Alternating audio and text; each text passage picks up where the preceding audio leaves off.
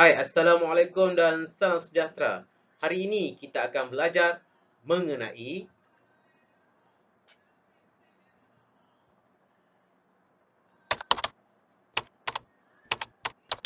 kata seru.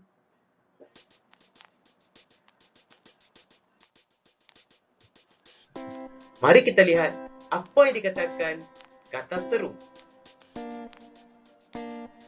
Okey, kata seru ialah bentuk kata yang berfungsi melahirkan perasaan seperti terkejut, geram, marah, sedih, benci, dan gembira. Kata seru digunakan untuk membentuk ayat seruan. Contoh kata seru yang pertama. Aduh. Aduh digunakan untuk menyatakan rasa sakit. Mari kita tengok contoh ayat. Contoh yang pertama.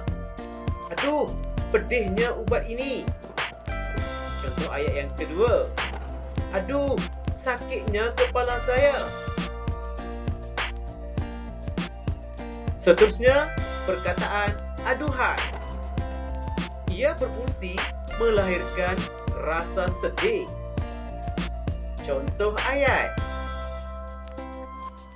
Yang pertama. Aduhai, malangnya nasib aku. Contoh ayat yang kedua. Aduhai, malang sungguh nasib Pak Jamal. Kata seru yang ketiga pula ialah berfungsi untuk menyatakan tidak setuju atau keluhan. Contoh ayat. Yang pertama. Malangnya saya hendak ke sana. Malasnya saya hendak ke sana.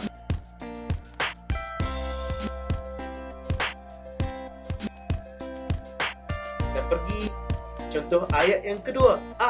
Malulah saya hendak menyanyi seorang diri.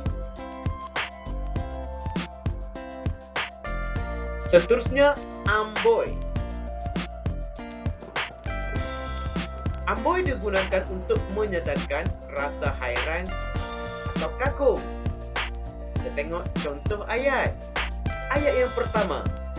Amboi, tingginya bangunan itu. Ayat seterusnya. Amboi, comelnya anak kecil ini.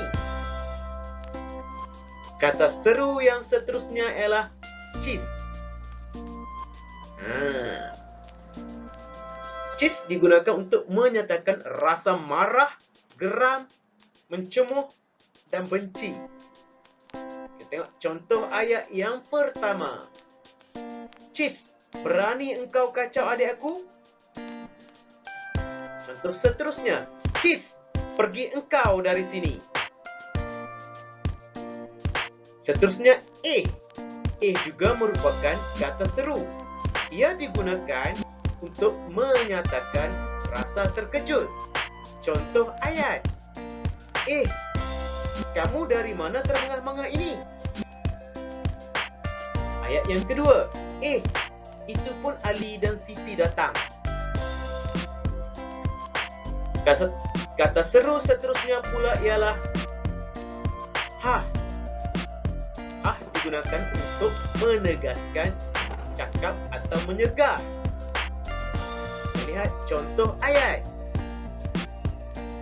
Apa lagi yang awak mahu? Kata seru yang berikutnya pula ialah hai. Hai digunakan untuk menarik perhatian, keluhan, kurang percaya. Contoh ayat. Hai Abu, marilah kita berbual-bual. Ayat yang kedua. Hai, nampaknya kalah lagilah pada hari ini.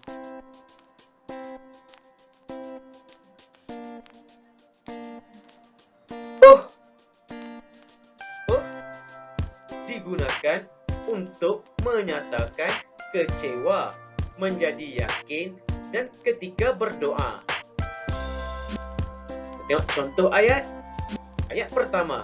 Oh Tuhan, tolonglah hamba-Mu ini. Contoh ayat kedua. Oh, sekarang baru saya faham. Seterusnya, kata seru syabas. Syabas berfungsi untuk menyatakan pujian.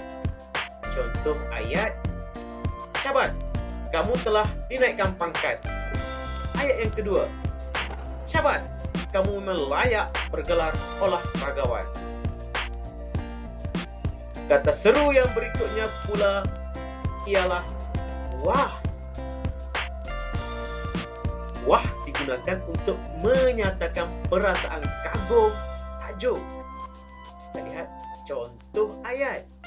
Ayat yang pertama, wah, banyaknya duit kamu.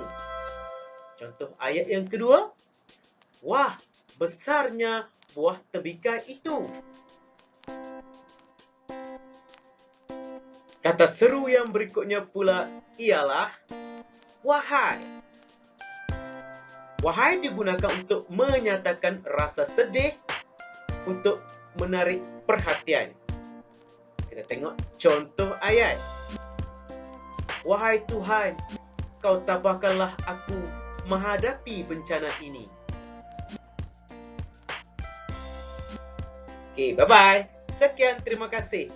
Semoga penerangan ini dapat memberi manfaat kepada anda di luar sana. Jumpa lagi di channel saya, channel Rawa Hill.